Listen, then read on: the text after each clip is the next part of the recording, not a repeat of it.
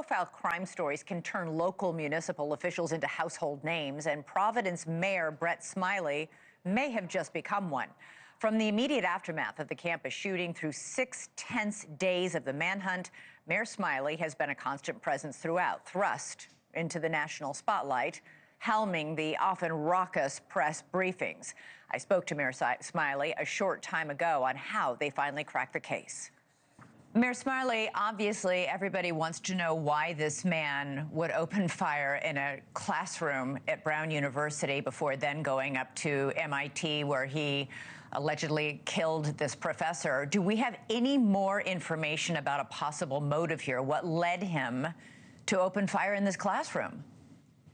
We don't have any information to update anybody on now, but the investigation continues hard at work. The FBI is taking a leadership role, and Providence police continue to support.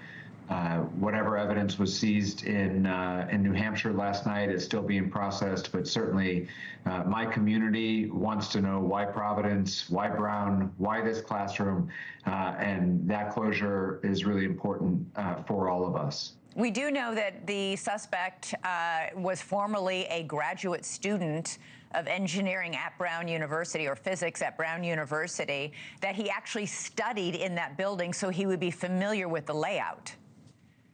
What the president of Brown said last night was they don't know specifically that he was studying in that building, but that it was highly likely because the time when he was a student at Brown, physics classes would have been in that building. So it's a fair assumption, although we don't have his actual attendance records in a classroom.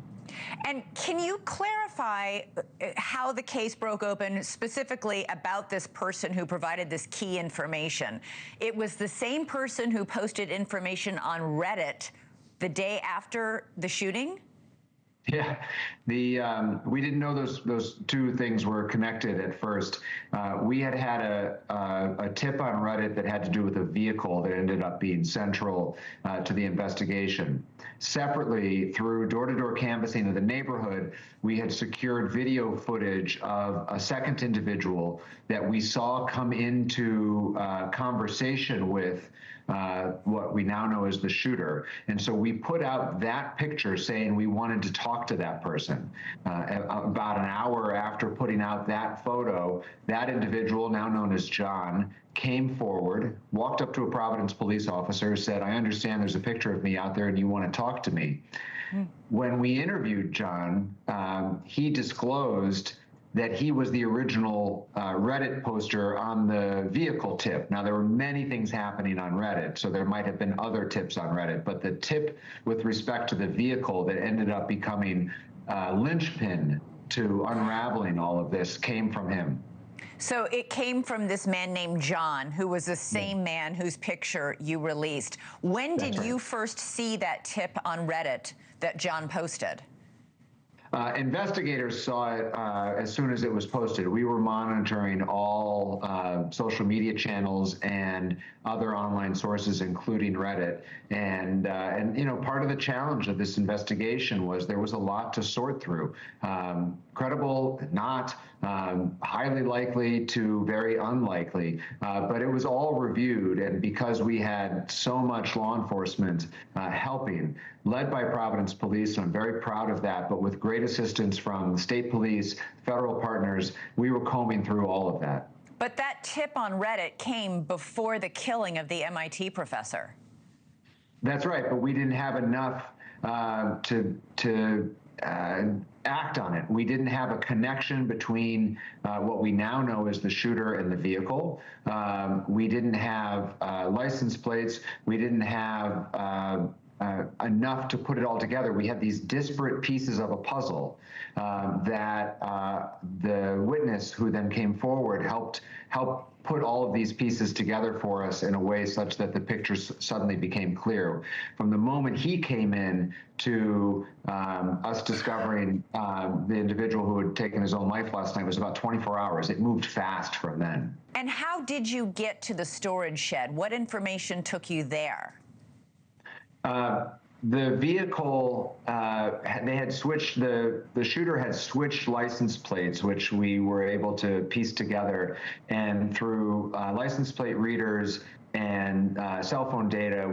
And then financial transactions that were reviewed, where it was determined that there was a storage rental space in New Hampshire that had been rented based upon the financial data.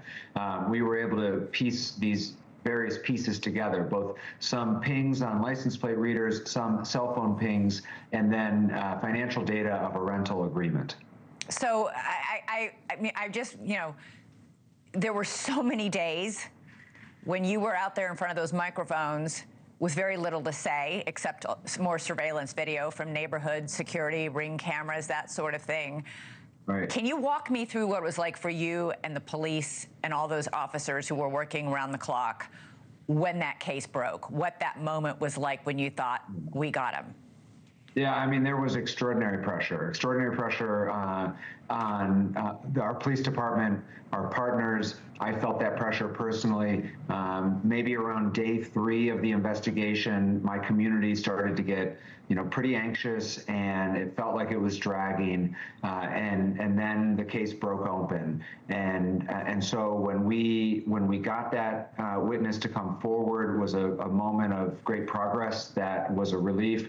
And then certainly last night, when we determined that the individual responsible for this horrific act of violence, the worst in a generation in Providence, had ended his own life, and that we could at least close this chapter to begin the healing process, was like an enormous weight had been lifted from our whole city's shoulders. You are getting a lot of kudos today for this resolution to this investigation, even as we await more answers on what led this man to do this. But you've also had a lot of criticism from people in your community, particularly for going out shortly after the shooting and reassuring people in Providence that the city was safe, even while you had a mass shooter who was on the loose. Do you believe that's fair criticism? How can you assure people the city's safe when, in fact, there's a guy who shot 11 people who's running around and hasn't been caught? Yeah, I mean, that was the hardest question throughout this whole process.